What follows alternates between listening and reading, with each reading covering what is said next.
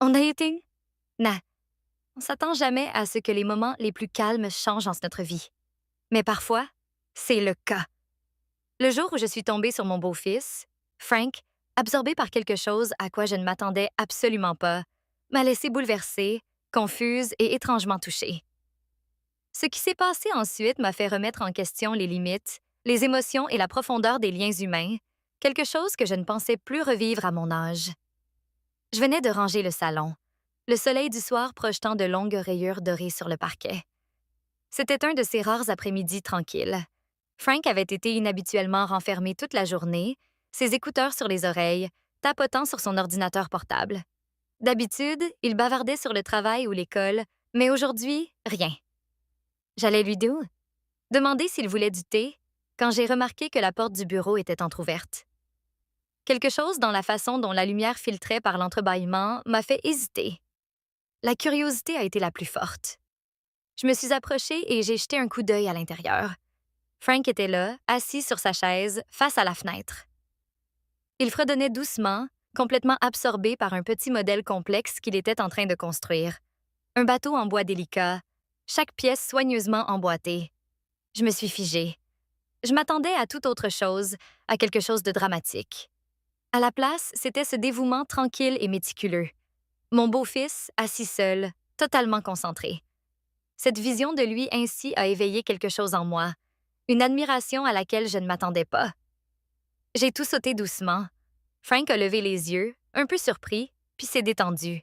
« Salut Catherine », a-t-il dit, sa voix portant cette chaleur maladroite si familière. « Je ne t'ai pas entendu arriver. »« Ce n'est rien », ai-je dit en entrant complètement dans la pièce. « Je ne savais pas que tu travaillais sur ça. C'est magnifique. » Il a souri, un peu embarrassé, et m'a tendu un petit mât en bois. « Merci. Ça fait des heures que je suis dessus. C'est plutôt thérapeutique. » Je me suis rapprochée, attirée par le savoir-faire méticuleux, remarquant la précaution avec laquelle ses mains bougeaient.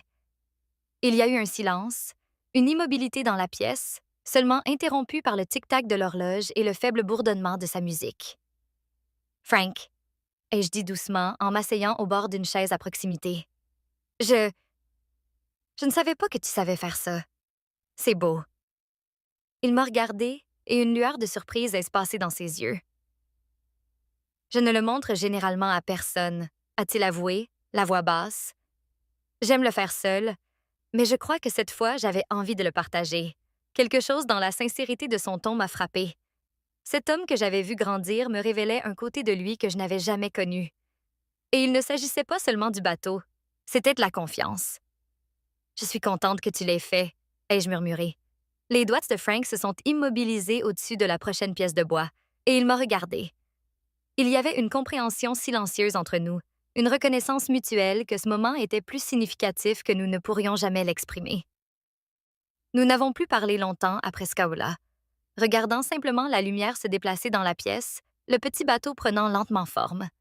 Et dans ce calme, j'ai compris quelque chose sur les liens. Le soleil de l'après-midi déclinait, mais la chaleur dans cette pièce, le lien inexprimé, demeurait. Il ne s'agissait pas de choc ou de drame. Il s'agissait de remarquer, d'être présent, de reconnaître un moment de pure humanité chez quelqu'un qu'on aime. Et dans cette reconnaissance, j'ai ressenti quelque chose que je n'avais pas ressenti depuis des années. Quelque chose comme de l'émerveillement et de la gratitude. Au moment où je quittais la pièce, Frank était retourné à son travail, fredonnant à nouveau doucement. Mais l'atmosphère avait changé. Je suis passée dans le couloir, ai refermé doucement la porte derrière moi et me suis permis un petit sourire satisfait. Après cet après-midi tranquille, je me suis surprise à penser plus souvent à Frank. Simplement à le remarquer. Sa manière de se déplacer dans la maison, les petits détails, la façon dont il se préparait son café, le léger son qu'il laissait échapper quand une pièce du bateau ne s'emboîtait pas bien.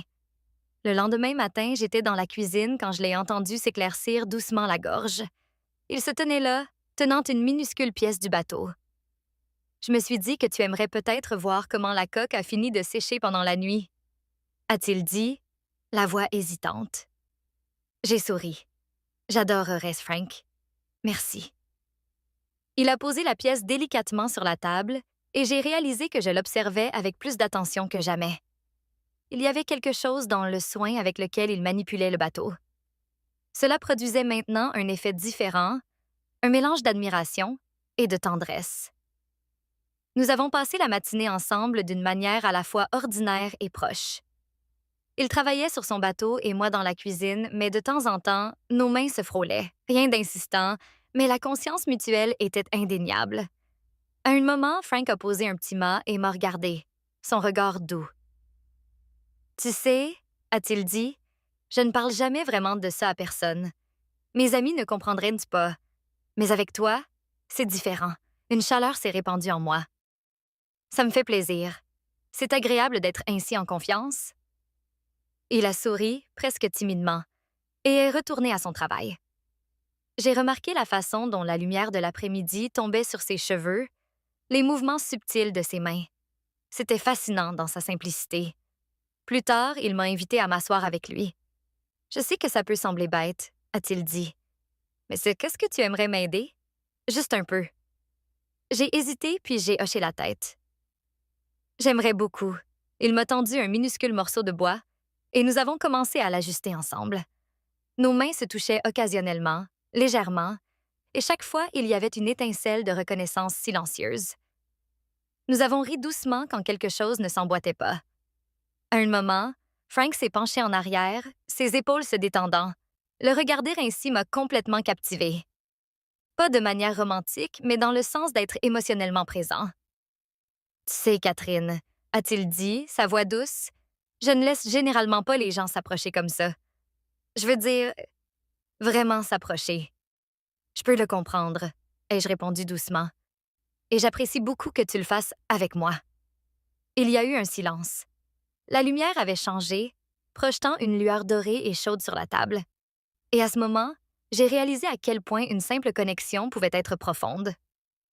Alors que le soir approchait, nous avons continué à travailler tranquillement. Il ne s'agissait pas seulement du bateau. Il s'agissait de la collaboration, de l'attention, du respect mutuel. À un moment, j'ai levé les yeux et j'ai croisé son regard. Il y avait une lueur de quelque chose. De la gratitude, peut-être. J'ai souri doucement pour lui faire comprendre que je savais. Finalement, il a posé ses outils. « Je crois qu'on a bien avancé aujourd'hui, » a-t-il dit, une pointe de fierté dans la voix. J'ai hoché la tête. « On l'a fait, en effet. C'est magnifique, Frank, et j'ai vraiment apprécié. » Il a souri, et un instant, nous sommes simplement restés assis là, deux personnes partageant un lien tranquille et significatif.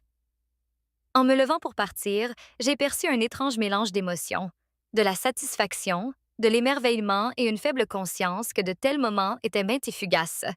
Mais j'étais aussi reconnaissante. Reconnaissante pour la confiance, pour la découverte partagée. En descendant le couloir, j'ai jeté un regard en arrière vers lui, toujours concentré sur le petit bateau. J'ai réalisé que des moments comme celui-ci pouvaient laisser une impression durable. Ce soir-là, je me suis couchée avec un mélange de réflexion et d'anticipation. Les jours suivants ont passé dans un rythme doux. Frank se retirait dans le bureau et je vaquais à mes occupations, mais il y avait une entente tacite entre nous. Un après-midi, je me suis retrouvée attirée à nouveau vers le bureau. Quand j'ai ouvert la porte, il a levé les yeux, surpris, mais souriant. « Catherine, » a-t-il dit doucement, « te revoilà. » J'ai ri doucement. Je voulais juste voir où en était le bateau. Son regard s'est attardé. « Eh bien, dans ce cas, je suis content que tu sois là. » J'ai observé ses mains travailler. Chaque mouvement était délibéré, soigneux. « Tu sais, » ai-je dit doucement, « je n'avais jamais réalisé à quel point c'était apaisant. Juste te regarder travailler. » Frank s'est arrêté. « Je ne pensais pas que quelqu'un le remarquerait, » a-t-il dit. « La plupart des gens me voient juste comme occupé ou trop sérieux. »« Tu n'es rien de tout cela, » ai-je répondu. « Je vois la partie de toi qui est patiente et attentive, et je trouve ça précieux. » Il m'a regardé, et au lieu de parler, il a souri doucement et est retourné à son travail. À un moment, il a posé une petite voile. « Tu sais, Catherine, » a-t-il dit, la voix basse, « c'est étrange. Je ne laisse généralement pas les gens s'approcher comme ça. Pas ainsi. Mais avec toi, ça semble sûr. » J'ai acquiescé. J'éprouve la même chose. C'est rare de trouver quelqu'un avec qui on peut simplement être. Nous avons continué en silence un moment. Puis, de manière inattendue, Frank a tendu la main et effleuré la mienne en me tendant un petit outil. Le contact était bref, mais il a envoyé une onde de perception à travers moi.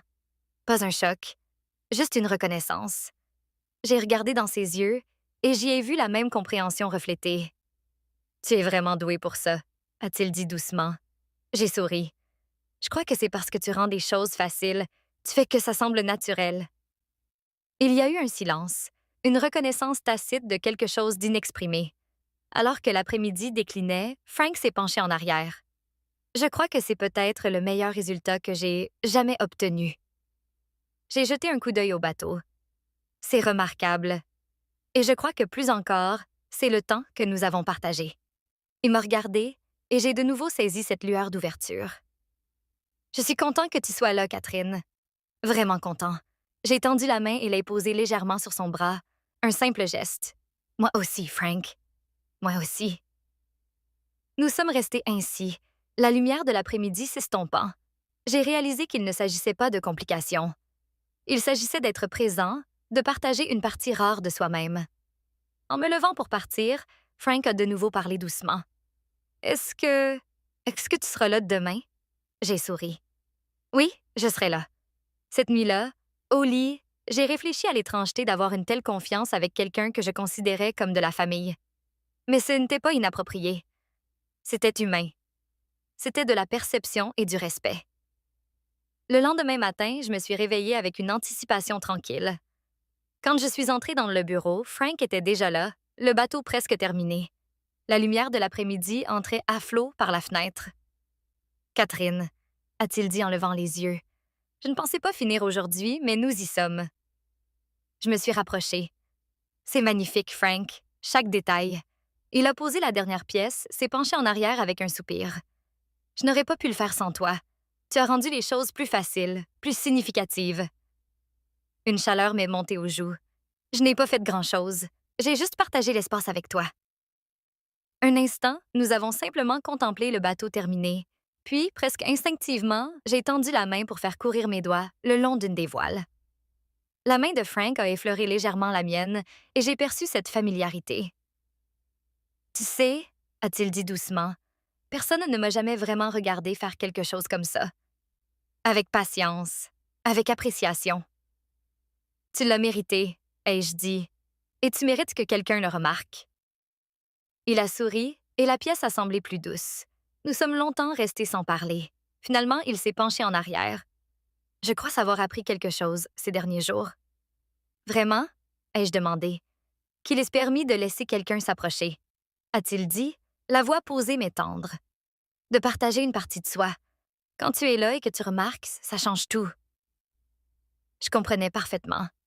Je crois avoir appris la même chose. Nous sommes de nouveau restés assis en silence, la lumière du soleil déclinant. Le bateau se dressait, achevé entre nous. Puis, sur un ton doux, Frank a dit « Je ne veux pas que ça s'arrête. J'aime ça. Nous aimons ça ainsi. » J'ai souri. « Moi non plus, Frank. Moi non plus. » Rien de plus n'était nécessaire. Il s'agissait de présence, d'attention et du lien tranquille qui naît quand deux personnes se permettent d'être vraiment vues. Alors que le soir approchait, je me suis levée. « Je devrais y aller, mais merci de m'avoir permis d'être là. » Il a hoché la tête, et dans ce regard, il y avait de la gratitude et de la confiance. « Merci, » a-t-il répondu simplement, « d'avoir remarqué, d'avoir été là. » En sortant, j'ai réalisé que cette expérience avait changé quelque chose en moi. Elle m'avait rappelé la beauté de la patience, des moments partagés. Plus tard, assise tranquillement, j'ai réfléchi aux jours passés. Je comprenais maintenant que le plus important avait été la confiance, la proximité émotionnelle, la capacité de voir et d'être vu. J'ai pensé à Frank, à l'attention soigneuse qu'il avait montrée, et j'ai su que ces moments duraient. En me préparant à dormir, j'ai souri doucement en pensant au bateau sur le bureau. C'était un symbole de lien et d'humanité partagée. Et j'étais reconnaissante pour la découverte inattendue et la réalisation que des liens significatifs peuvent naître à tout âge, quand deux personnes sont prêtes en plus à vraiment se voir. Parfois, les expériences les plus profondes ne sont ni bruyantes ni dramatiques. Parfois, elles sont calmes, simples et profondément humaines. Et parfois, Elles laissent une trace qui dure bien plus longtemps que nous n'aurions pu l'imaginer.